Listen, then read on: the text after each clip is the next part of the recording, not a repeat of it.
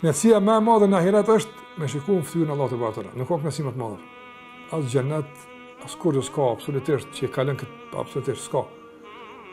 Prandaj edhe disa prej selefëve kur kanë bërë dua, kanë përdorur si tawassul, si ndërmjetësim tek Allah xhallahu këtë fakt e kanë thonë o Zot, nuk ka knetësi në xhenet pa shikim fytyrën tonë. Do s'ka kuptim kurrë absolutisht, nëse s'na mundson me të pa kur në xhenet s'ka kuptim.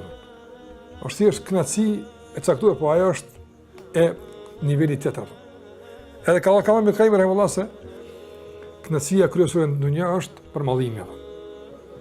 Do të përmallimi të taku Allahu xhallahu ala knetësia kryesore në dunjë, nuk ka knetësi më të aftë. Besimtar me çet na sirr në gjithmonë.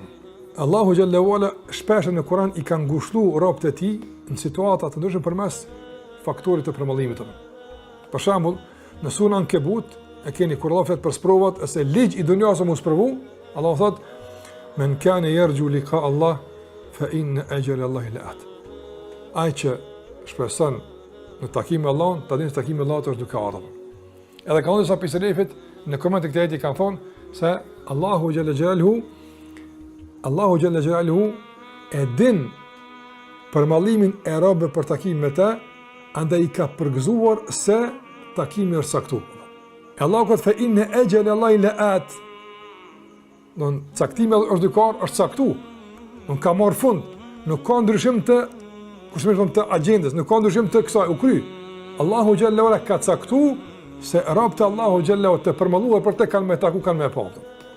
Prandaj edhe thati Ibn Qayyim rahimullah se ngushëllim më të madh për robët e Allahut të përmalluar se që ky ajet nuk ka.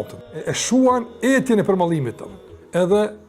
Edhe mërzinë e tyre për vonimin e takimit me Allahun te bareka u taala.